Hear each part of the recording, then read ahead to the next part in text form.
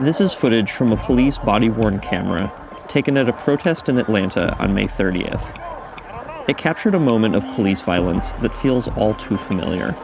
And we're getting our first look at police body cam video showing the tasing and arrest of 2 college students. The 2 students are stopped by police as they're driving home. They've just witnessed the arrest of a friend, and after a back and forth with officers, they're shot with tasers, pulled from the car, and arrested themselves. The video went viral, another example of police violence against black civilians. It's hard to know what to take from the one clip, but there are other angles available. Another body camera, and 2 different shots from news teams. As viewers, we get different details from the different angles, but according to some research, the perspective of a clip can influence us in more subtle ways. And it can affect whether or not we hold police accountable for the actions they take.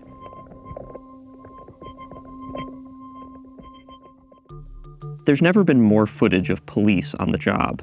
Body-worn cameras in particular have spread rapidly over the past decade. They're a broad effort to bring more accountability into policing. But they also raise questions about the power recordings have. There's a bunch of research into how police react to being filmed, but that's only half the equation. But what we didn't know is how do we, as the community, right, make judgments when we're presented with this type of information. Broderick Turner researches consumer behavior at Virginia Tech. Last year, he published a paper that looks at how viewers interpret police footage. He thought, okay, we might know what happens in a body camera clip, but what are we assuming about the officer's intentions in that moment? Did a person mean to do a thing, right? Did they set out to go from A to B, right? That's our general measure of intentionality. For the study, his team downloaded every body cam and dash cam clip they could find on YouTube. They measured how often and for how long officers were visible in each clip. They even filmed more abstract incidents of their own. So I got my cohort mates in the PhD program to wear body cams and bump into each other or drop things, do all these random things around our office. Finally, they showed a few of these clips to participants. Some got the dash cam version of an event, others got the body cam. And they asked, what were the intentions of the people in the shots? The answers were striking, and they hinged on who was visible. What we found was that to make attributional judgments, our brains need to attach those judgments to a person. To see what that means, let's go back to Atlanta. Here's 2 views of the young woman being pulled from the car. One clip is an officer's body cam, the other is a news broadcast. In the first, we see mostly the students. The officers are off screen, save for an arm wielding a taser or grabbing the student. In the second clip, we actually see the officer behind the body cam, so we watch them do the things that happen in the first clip. The big difference is who's on screen the most, the officer or the student. And according to the study, that's what drives our judgment. Viewers who get a good look at police tend to hold them more responsible for what they're doing. And so it just makes it easier for us to attach these attributional judgments when we can see the person doing the action. Other research supports this idea that body cameras could let officers off the hook more. But for Broderick, the camera that took the footage is ultimately not the issue. There's no categorical difference necessarily between dash cam and body cam. What's important is the information that's available within those videos, right? And so the available information in these videos allows us to see the person doing the action. Here, one officer's body camera clearly shows another officer striking the car with a baton. One way to think about body cams is that essentially we're able to turn every cop into surveillance of other officers. The Verge actually provided Broderick with the Atlanta footage, and he ran a version of his study with this body cam clip and this news clip. The results were curious. Viewers judged the officer in the news clip a bit more harshly than in the body cam, but not by much. That didn't faze Broderick.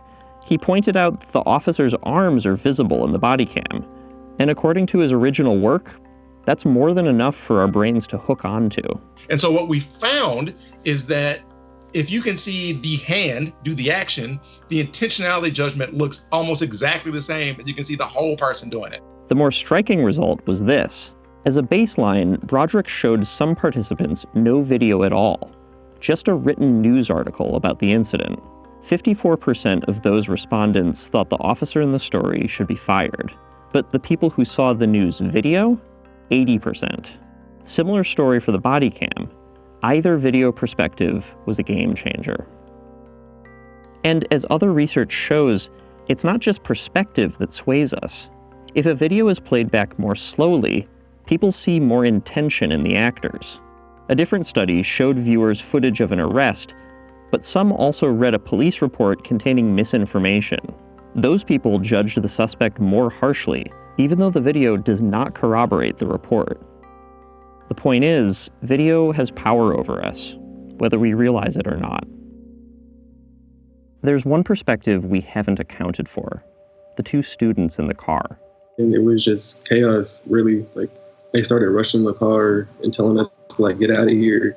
And, you know, we were just kind of terrified. Messiah Young and Tanaya Pilgrim describe a lightning-fast escalation by the police that night. Officers appearing out of nowhere, attacking their friend, and then turning their attention on the car. They've seen some of the footage, but they barely recognize it.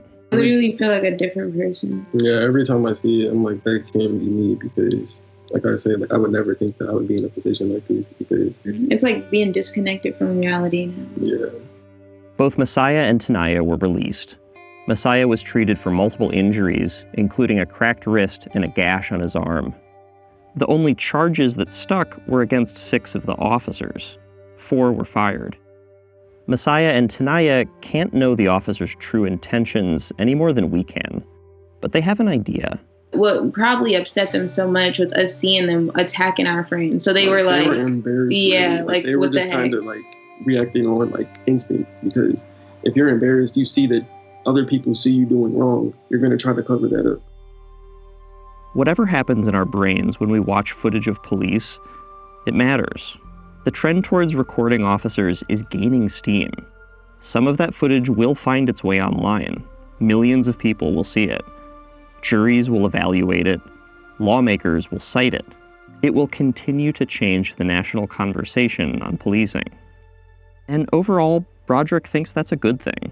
Even if the footage is biased or incomplete, it still helps us understand what's really going on out there.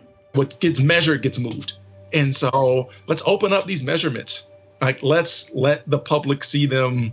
Let's let, researchers work with them. And when police organizations make this possible, it allows us to understand, like, policing and their relationship to the system even better. This video is part of a larger project at The Verge that looks at the power and consequences of filming police violence. Our other YouTube channel investigates what can happen after you hit record, so check that out too. And thanks for watching.